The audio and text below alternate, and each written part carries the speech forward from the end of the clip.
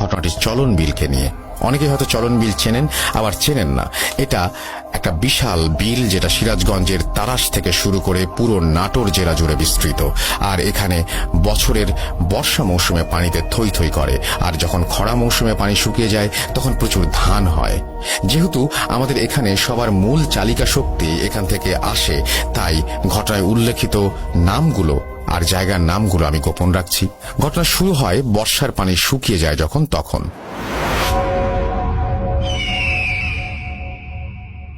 সবাই প্রথম দিকে জমিতে আইল ঠিক করে পানি সেচ করতে শুরু করে, জমি চাষ করে পাওয়ার টিলার দিয়ে। ঘটনা যার সাথে ঘটে সে ছিল একজন রাখাল। সে আরেকজনের মানে গেরস্থের হয়ে জমি চাষ করত। এখানে বলে রাখা ভালো, যাদের জমি অনেক বেশি থাকতো বা ভিন্ন ভিন্ন জায়গায় জমি থাকতো তারা রাখাল রাখতো কাজ করানোর জন্য। যাই হোক, ঘটনার রাখাল ছেলেটা প্রথম দিনে গিয়ে জমি দেখে আসে, পরের দিন গিয়ে জমির আইল বেঁধে আসে এবং পরে জমির সেচ তৈরি করে। এতদূর পর্যন্ত সব ঠিক ছিল, কিন্তু বিপদটা শুরু হয় ওনাদের জমির একপাশে উঁচু ঢিবির মতো মাটি জমে থাকা দেখতে পায় তারা। তখন সে চিন্তা করে পাওয়ার টিলার দিয়ে এই উঁচু ঢিবি ভাঙা যাবে না, তাই তিনি কোদাল দিয়ে ঢিবি ভাঙতে শুরু করেন। কাজ করতে করতে চারিদিকে অন্ধকার হয়ে যায়। বলে রাখা ভালো, তখন এলাকার রাস্তা তেমন ভালো ছিল না, কারেন্ট চলে গিয়েছিল এবং চলন বিলের আশেপাশের গ্রামগুলোতে শুধু পশ্চিমের আকাশ থেকে অল্প একটু আলোতে আবছা আবছা চারিপাশ দেখা যেত। তো রাখাল ছেলেটা ঢিবিটা পুরোটা কেটে শেষ করতে করতে একটু রাতই হয়ে যায়। তখন সে বাড়ির দিকে যাওয়ার চেষ্টা করে। বিলের ভেতরেই একটা জায়গা, একটু খালের মতো নদী আছে, সেই নদী পাড়ি দিয়েই সে হেঁটে হেঁটে বাড়ির দিকে আসছিল। হঠাৎ দেখে সামনে বড় লম্বা একটা পাঞ্জাবি পরা হুজুর টাইপের মানুষ হেঁটে আসছে। সে দেখা মাত্রই হুজুর টাইপের মানুষটাকে লম্বা করে একটা সালাম দেয়, তারপর পাশ কাটিয়ে যায়। পাশ কাটিয়ে যাওয়ার সময় অনেক সুন্দর একটা ঘ্রাণ এসে তার নাকে লাগে। তখন সে চিন্তা করে, বাহ, হুজুরের আতরের ঘ্রাণটা তো অনেক সুন্দর। এই বলে সে আবার পেছনে তাকায় দেখার জন্য, কিন্তু আশ্চর্যের বিষয় যে পিছনে সে কাউকে দেখতে পায় না। সেভাবে হয়তো অন্ধকার, তাই বোঝা যাচ্ছে না।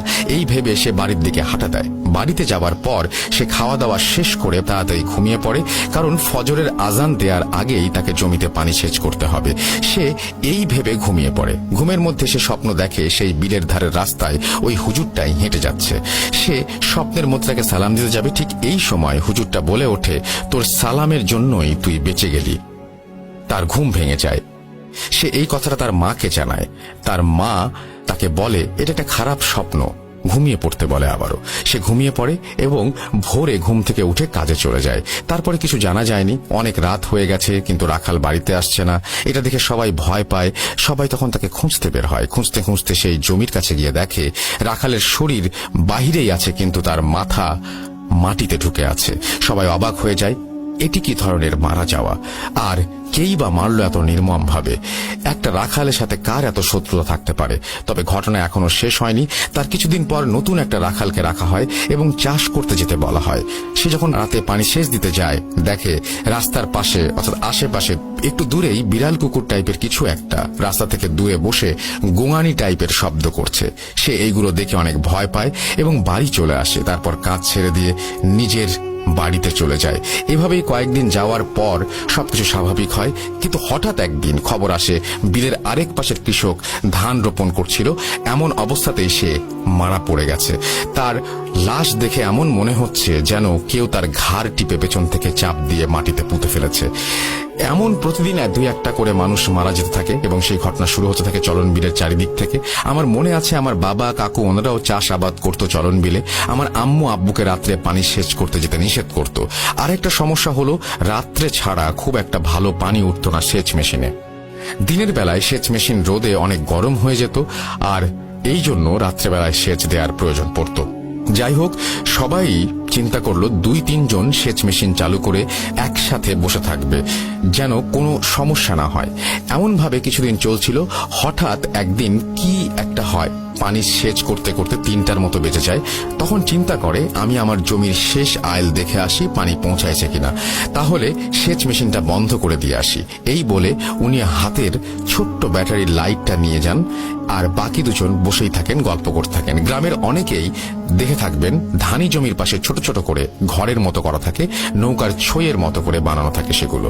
ওনারা দুজন সেটাই বসে গল্প করছিলেন। তারপর হঠাৎ অনেক জোরে একটা বাতাসের শব্দ পান তারা এবং চিন্তা করেন আগেও তো আকাশে তারা দেখা যাচ্ছিল, একটু আগেও, এখন এত বাতাস আসছে কোত্থেকে। এই ভেবে দুজনেই বের হয়ে আসেন সেখান থেকে।